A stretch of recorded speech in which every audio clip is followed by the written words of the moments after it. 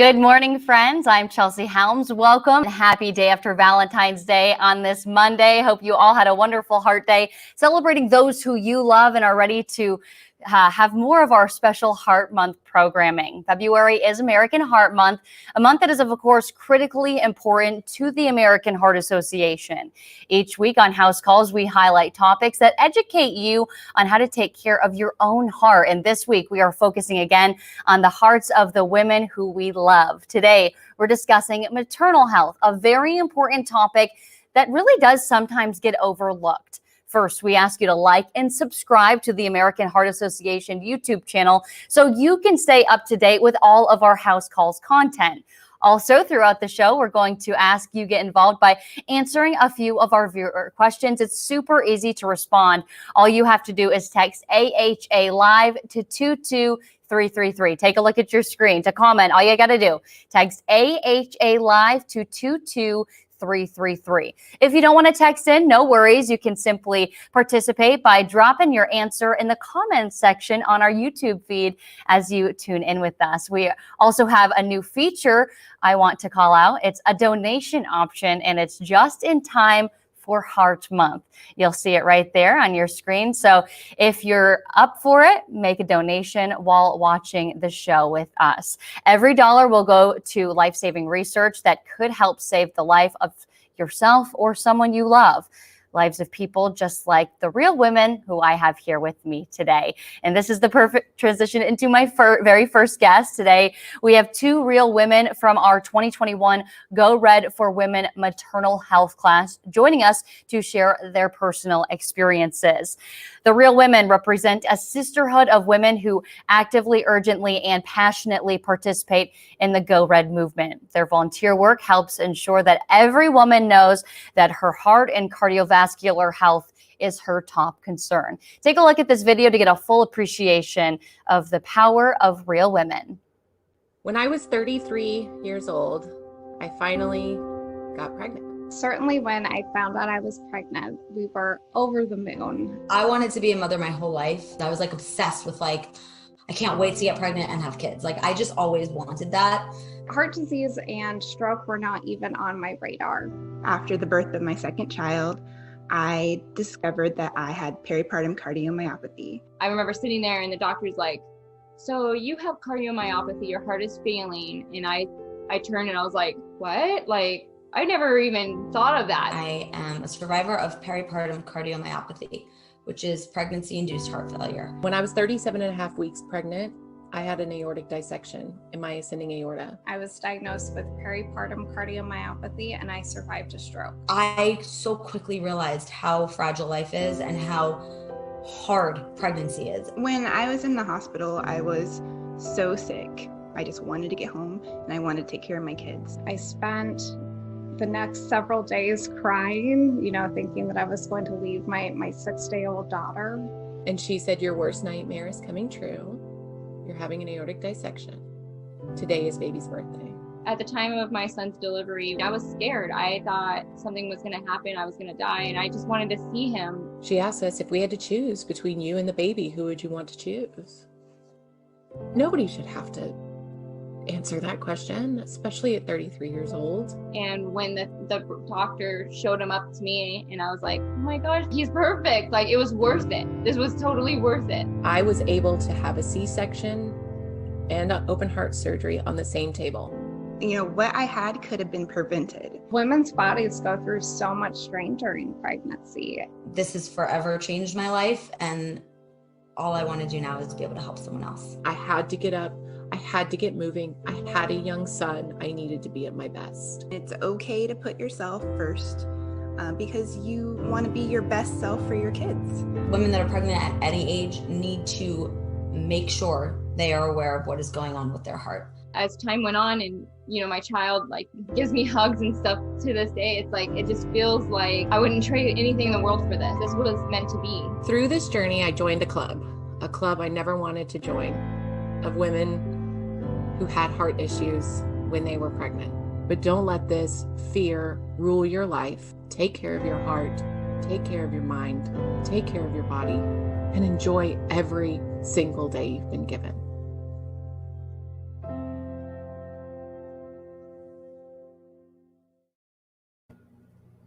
With me live this morning is Meredith O'Neill. Meredith, thanks for joining us today. Would love to hear a little more about your story. Thanks for having me. I had an aortic dissection, which a lot of people, when I try to explain it, I always just say it's what John Ritter passed away from. And I had it when I was 37 and a half weeks, as I explained in there. And it was very touch and go for a while, but I survived and I'm doing well today because of it. And my baby is doing great too. Yeah, not only did you survive, but you're thriving, and we're so excited to see that. So Meredith, would love to hear what you feel has been the toughest part of your journey.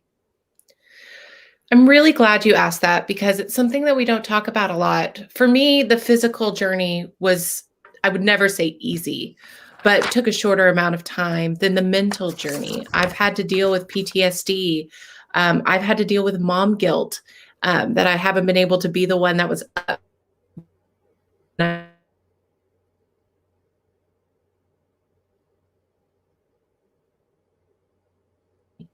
I thought I was going to have. And that was probably the hardest thing that I had to deal with post heart event. Well, with that said, how's your health today? I mean, you can talk about mental, physical, what have you. And how would you say your family's doing? Well, Jeffrey, that's my son, is 2.5 now since our crazy thing happened on August 30th, 2018, his birthday. And he is talking all the time. Loving it. We've had him out of school for the past year, just because of the COVID-19 pandemic, but he's going to be going back soon. I'm doing great. I had a couple of complications post surgery, but other than that, I'm doing great. I'm working out. I'm spending time with my family. I've seen a therapist. I just really feel like I have done a lot of work to get to the place that I am today. Well, I think that's key. A lot of people think that you just go see the doctor once and you can be cured. But I think the word work is key in that you put in the work and now you're seeing the outcome. Any words of wisdom you'd like to leave with our audience this morning, Meredith?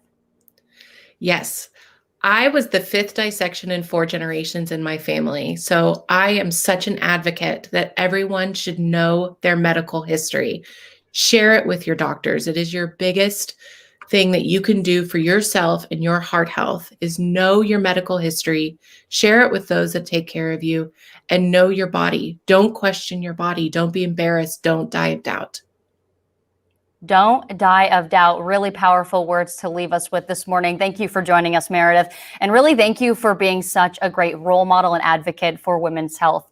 We'll be hearing from another maternal health survivor a little later in the show. But first, let me introduce you to our expert. With me this morning is Dr. Catherine Lindley, Associate Professor of Medicine and Director of Washington University Center for Women's Heart Disease. Dr. Lindley, welcome. Thanks so much for having me today. Glad to have you with us. Before we do dive into our discussion, let's start with a viewer response question. True or false? The United States has the highest maternal mortality rate among developed countries. So go ahead, text AHA Live to 22333 if you'd like to go ahead and join in on this question and answer with us. So doctor, would you like to talk a little bit about this, Dr. Lindley? I know that a lot of us are probably hoping that the answer is B, false, but given that it's being posed, I wonder if it's true. Yeah, so absolutely. Unfortunately, the United States does have the highest maternal mortality rate among developed countries. And over the last several decades, it's continued to rise. And what may be surprising to many people is that heart disease is actually the leading cause of death among pregnant women and new moms. And those deaths related to heart conditions can occur when women are pregnant or at the time of delivery, or even up to a year after delivery. And so, as Meredith mentioned, really knowing your heart health is really important, but also important is to know that women who don't have pre-existing heart conditions can also develop really serious heart conditions related to pregnancy. And so just knowing the signs and symptoms is also really important.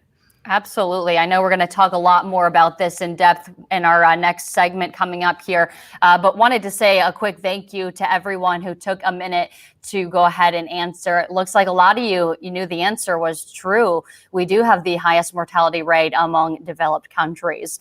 Let's go ahead and move on now and get started with our next segment, Health in the Headlines.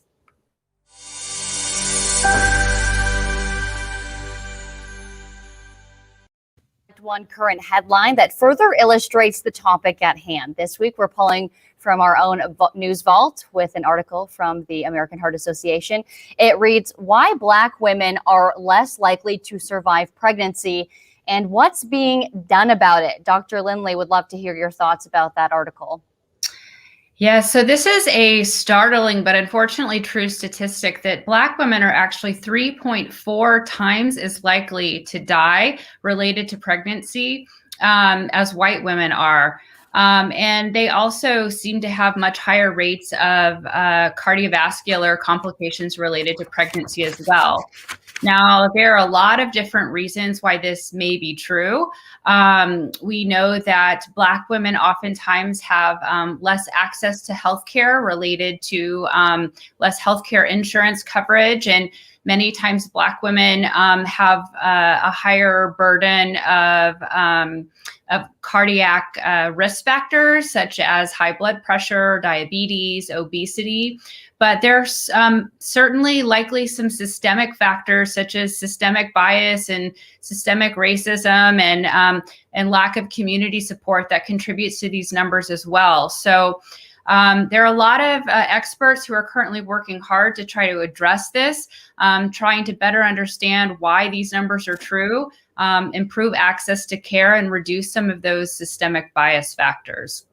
Yeah, I think when we begin talking about race in healthcare, a lot of people always go to the word genetics, but a lot of times we don't often think about, the social determinants of health that are just so important and have such a vast difference on the different races in our country, and very important to talk about like we're doing today.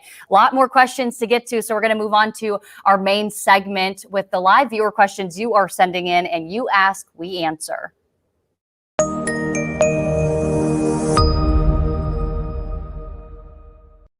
Talking today, you can submit your questions in the comments section, or you can submit them to us on heart.org/housecalls. We'd also love to have you share your stories. We're inviting you to share your survivor stories. Please feel free to share those through the comments section as well. All right, Dr. Lindley, our first question is coming to us from Celia in Charlestown. She asks, why is pregnancy called nature's stress test? That's a really good question. And pregnancy is really a big stressor on the whole body, including the heart. During pregnancy, the heart has to do about 50% more work than it does when you're not pregnant. Also, during pregnancy, the body has to funnel a food supply to the baby. So things like blood sugar and cholesterol values all go up as well. Now, most women are able to manage this just fine, but for some women, this leads to things like gestational diabetes or preeclampsia or hypertension, high blood pressure. And so these conditions can have cause short-term complications for women, but also we know that those women who have those pregnancy-related complications, such as gestational diabetes or high blood pressure in pregnancy, are at higher risk for long-term heart disease as well. So it kind of identifies women who have failed the stress test of pregnancy and are at higher risk of going on to develop long-term heart disease and strokes. Yeah, that's fascinating to think about. Elena from South Texas wants to know, why is the American Heart Association talking about maternal health? What does having a baby have to do with my heart? I know you just touched on a little bit of that, but let's elaborate a little further if we can. Well, pregnancy is, as I mentioned, a big strain and a big stress on the heart. And although most of us are willing to take that risk in order to have a family, for some women, it can cause really serious complications. So certainly for women who are going into pregnancy, either with a heart condition or with risk factors for a heart condition, such as high blood pressure or diabetes, those risks are increased. But as I mentioned, even women who go into pregnancy without any underlying risk factors for heart disease can still have complications related to pregnancy.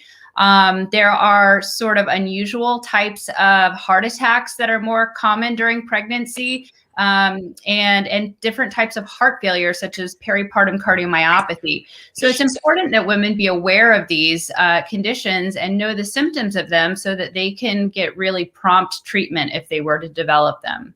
All right, let's go ahead and move on to this next one. It's coming to us from Vicky in Madison, Wisconsin. Vicky says, I'm thinking about having kids in the future. What should I be doing to have a healthy pregnancy and protect my heart? Well, it's really important that in order to plan for a healthy pregnancy, you start talking to your doctor now. What you want to do is really have all of those cardiac risk factors screened for. So you want to know if you have high blood pressure or diabetes so that you can get those risk factors under really good control before you go into pregnancy so that you'll really be optimized. It's also going to be really important that you work towards a healthy weight before you go into pregnancy. And then you can start your prenatal care really early on in the pregnancy. And all of those things are going to help set you up for a really healthy pregnancy. The other really important thing is if you already have a heart condition, for example, if you were born with a heart condition, a congenital heart condition, it's important that even if your condition was repaired with surgery, that needs to be evaluated as an adult before you go into pregnancy, because even conditions that have been repaired can sometimes have long-term problems associated with them. Well, I just want to ask you this off the cuff really quickly. What about for people who have, the history of heart disease in their family? Should they maybe consider just not having children? That is unlikely to be the case. The good news is that the vast majority of women can safely have babies, even if they or their family members have heart conditions. There are a small number of women for whom we typically do not recommend that they proceed with pregnancy because that risk of dying is so high. But that's a small group of women, typically women, for example, who have pulmonary hypertension. We recommend against pregnancy, or women with very severe heart failure, we recommend against pregnancy. But most women, if you're evaluated before pregnancy, and there's a problem, we can often treat that with surgery or other interventions that can lower your risk and make pregnancy acceptable. Good to know, Dr. Lindley. Rosa from Tucson asks, how does my health during my pregnancy impact my long-term health? I know you touched on this when you were speaking about the gestational diabetes, but anything else we should be worried about? Yes, absolutely. So it's really interesting that this is a unique opportunity for young women to kind of have a window into their future cardiac health. So pregnancy complications like gestational diabetes and all of the high blood pressure disorders like preeclampsia, eclampsia, HELLP syndrome, also having a baby that's small for gestational age or growth restricted, preterm birth, all of those things are associated with a higher risk of long-term cardiovascular disease and stroke. So women who've had those conditions, it's recommended that after their pregnancy, that they be seen by a doctor to have sort of routine cardiac screening for blood pressure, diabetes, high cholesterol, and to start working on their cardiovascular health with diet, exercise, and that they continue to be seen by their doctor on an annual basis to have those risk factors adjusted to try to improve their long-term health. Well, Dr. Lindley, this is a truly great conversation so far, and it's a topic that personally deeply affects so many people. We have a lot more questions to get to, but we're going to shift gears really quickly and hear from another survivor who has lived this. I'd like to introduce Jen Rowe, another member of the class of 2021 Real Women. Welcome to House Calls. We're so happy to hear from you, Jen. We did get a glimpse of your story in the video we saw at the beginning of the show, so we'd like to hear a little bit more about your experience. Yeah, sure. Thanks for having me. So most of my symptoms were really about a few days after the birth of my second child. I was extremely tired and I was having shortness of breath, which I initially thought was a panic attack, but it got so bad I went to the hospital and they ran several tests and they found out that my heart was functioning at about 18% and that I had peripartum cardiomyopathy. From there, they put me on ECMO life support, which is just the highest form of life support to help keep me alive and try to figure out what to do with me. Ultimately, they had to remove my heart and replace it with a total artificial heart. With that, that was my bridge to a heart transplant. There were several complications that I had with that. I had a stroke from a blood clot that broke off of it. But ultimately, I was able to get my heart transplant, and I've been just getting better and taking care of my kids ever since. Oh, I'm so happy to hear that. It sounds like you have had quite the journey, though. So tell us, what do you remember the most about how you felt when you heard from the news from your doctor, and really what went through your mind in general?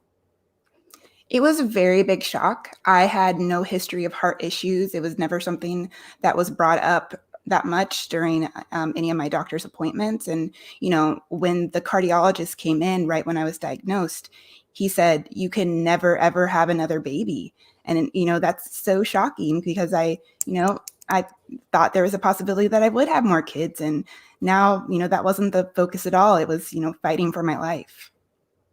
Yeah, what a crazy time to have to decide between choosing children and fighting for your life. But we appreciate you being so candid with us in your response. What would you say to another woman who's maybe experiencing something similar to what you've been through?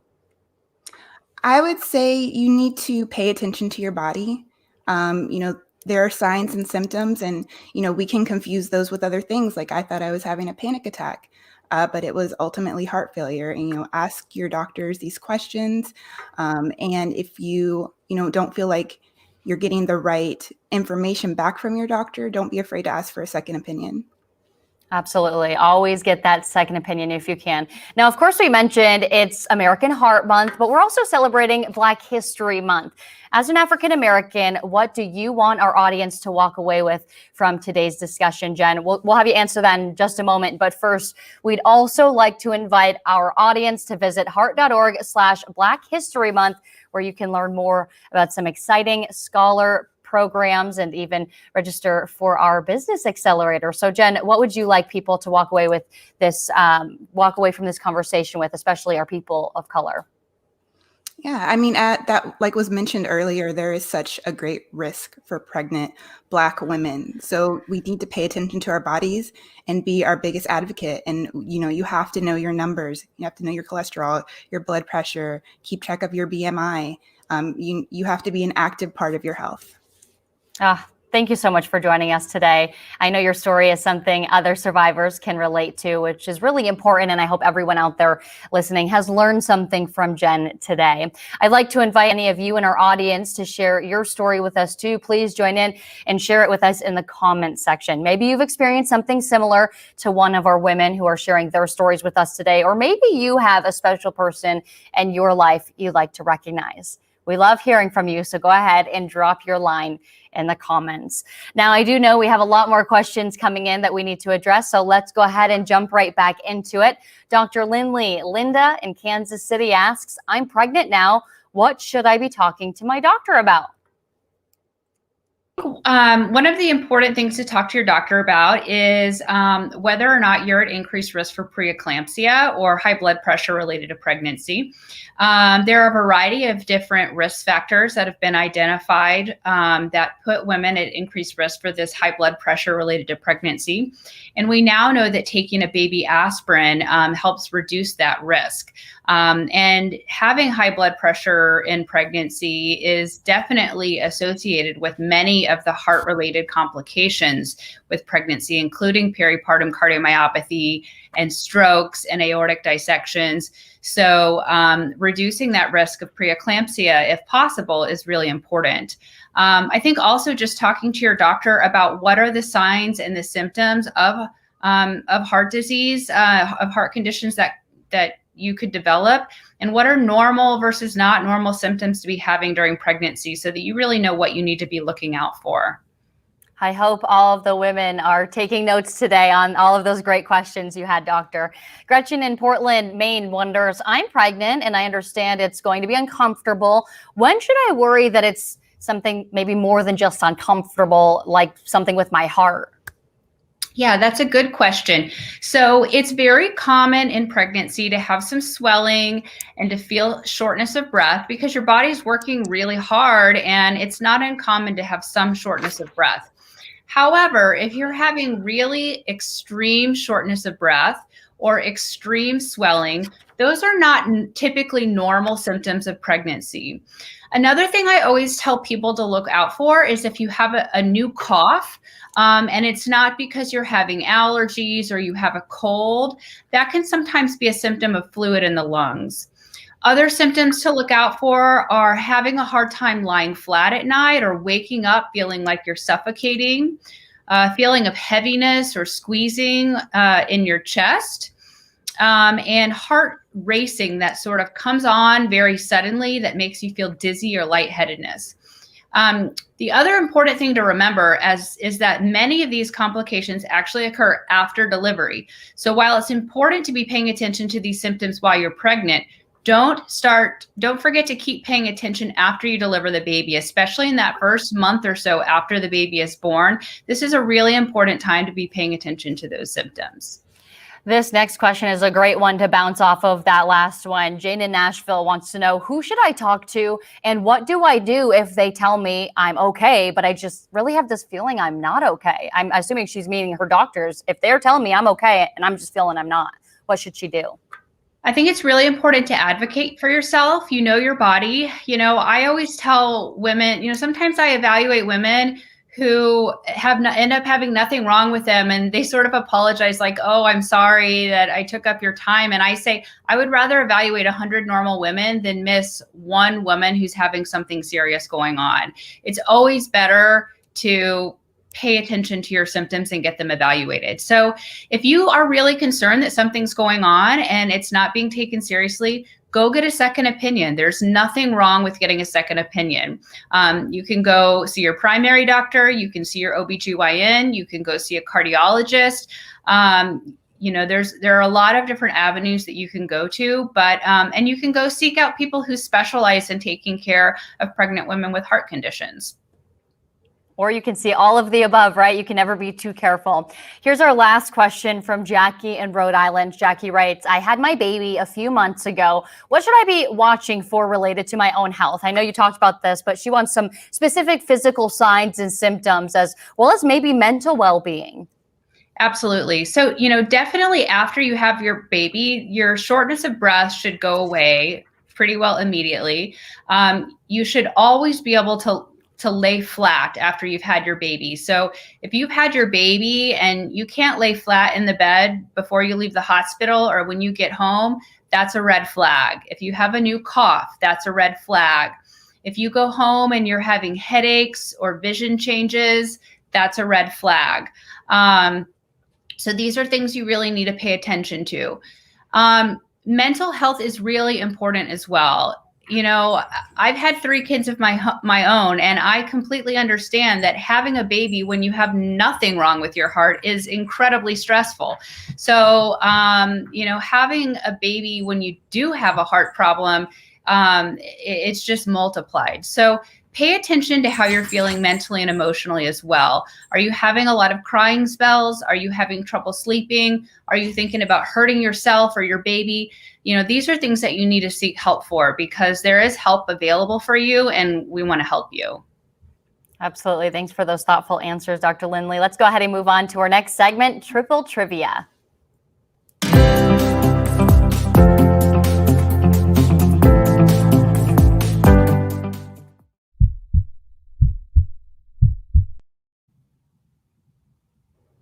Triple Trivia is sponsored by Crazy Cool Science, our new social media campaign that pumps up the fun in science. Science is everywhere, and Crazy Cool Science proves it.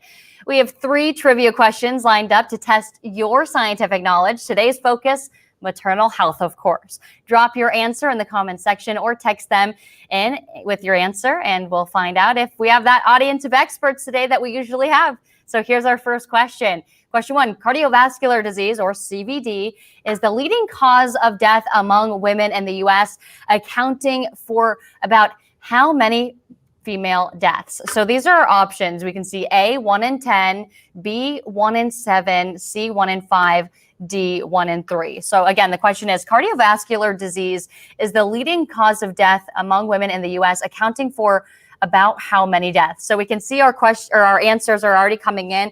We have a few people for the last 3 choices. So we've got 1 in 7, 1 in 5, and 1 in 3. Before we give the answer away, Dr. Lindley, care to weigh in? Yeah, so cardiovascular is the leading cause of death in the United States. It actually accounts for more deaths than all cancers combined. And in terms of maternal deaths, it actually accounts for over 700 deaths per year, which is just truly unacceptable for our new young moms. And with regards to overall cardiovascular deaths in the United States, it does account for about 1 in 3 deaths. So it looks like we have a lot of people did answer that. We had a lot of people stuck between the 1 in 5 and the 1 in 3, but we appreciate everyone taking the time to answer. Our next question is, what percentage of all pregnancies are affected by hypertensive disorders of pregnancy, or HDP? We have A, 10%, B, 20%, C, 30%, or D, 40%. So again, the question is, what percentage of all pregnancies are affected by hypertensive disorders of pregnancy? Would you mind just describing, doctor, what a hypertensive disorder of pregnancy is? Yeah, so there are a variety of different hypertensive disorders of pregnancy. And so that can include gestational hypertension, which means when your blood pressure is elevated, but there's no other organs that are involved.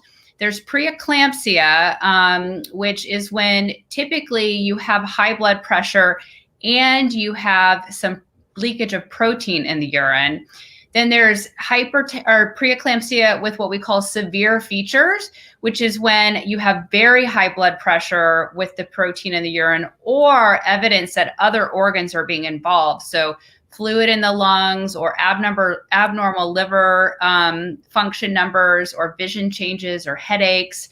And then the really severe forms of that include eclampsia, which is when that high blood pressure is associated with seizures, or the HELLP syndrome, which is when you have high blood pressure with low platelets and low blood counts and abnormal liver numbers. And all of those are associated with long-term cardiovascular problems, as well as peripartum cardiomyopathy.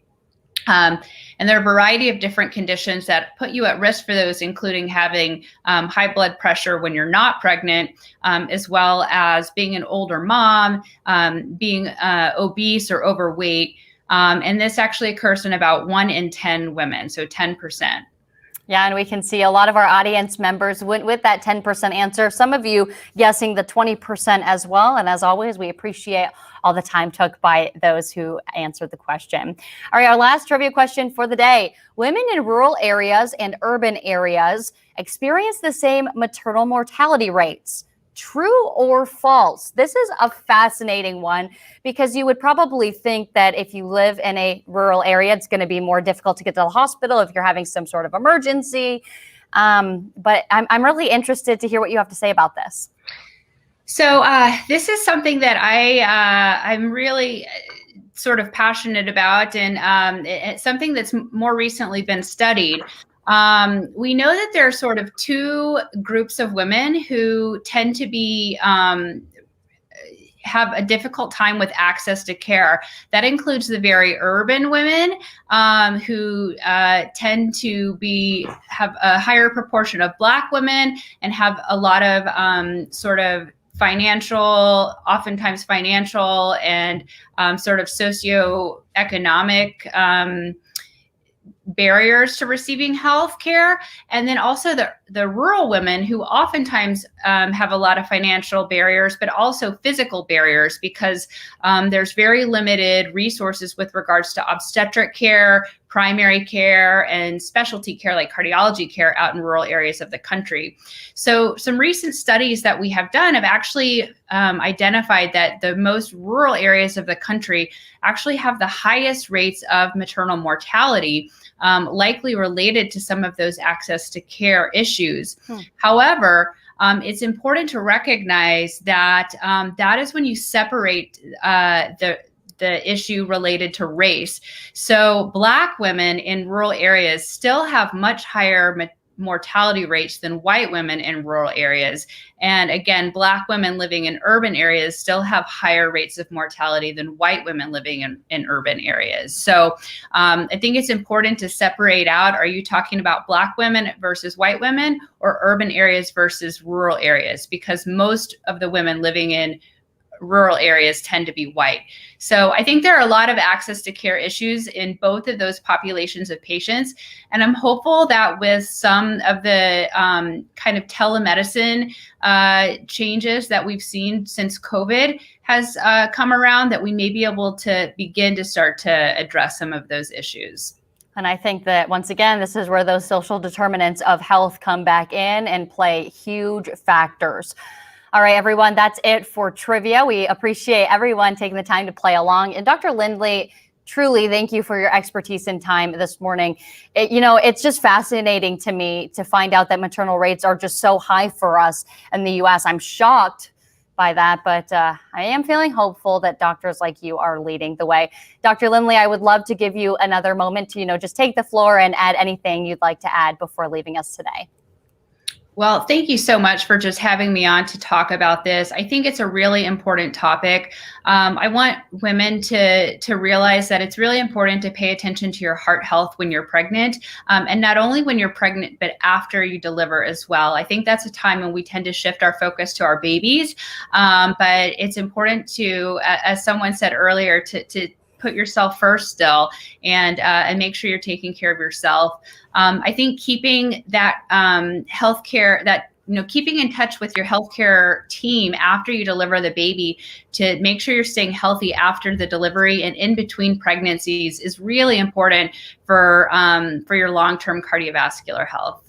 Absolutely. Make sure you take care of yourself, because if you can't take care of yourself, you can't take care of others, right?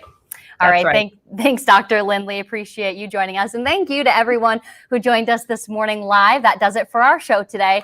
But hey, maybe you're sitting there thinking, I want to watch more of these talks. Well, you can find any of our previous shows at heart.org/housecalls. And don't forget, since there are always more questions than we have the time to answer live, you can find answers to the questions we didn't get to today on the House Calls After Show. Look for it Thursday on the American Heart Association YouTube page.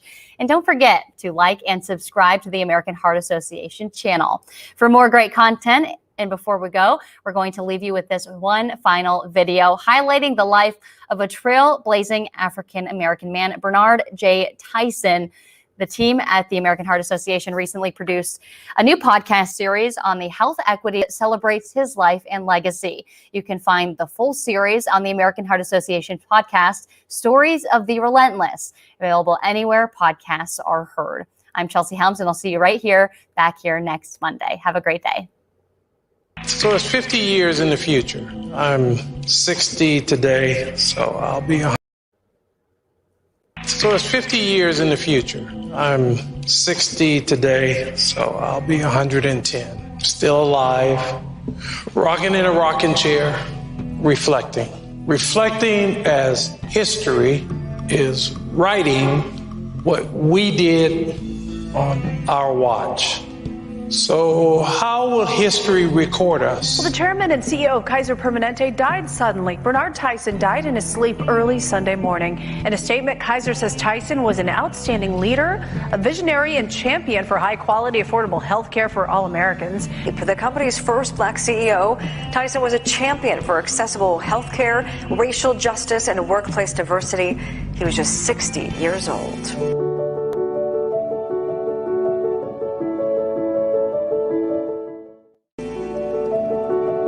The American Heart Association's mission is to be a relentless force for a world of longer, healthier lives. In our pursuit of that mission, we're having some amazing conversations along the way. Welcome to the special edition series on equity, honoring the life, leadership, and legacy of Bernard J. Tyson. These are the stories of the relentless.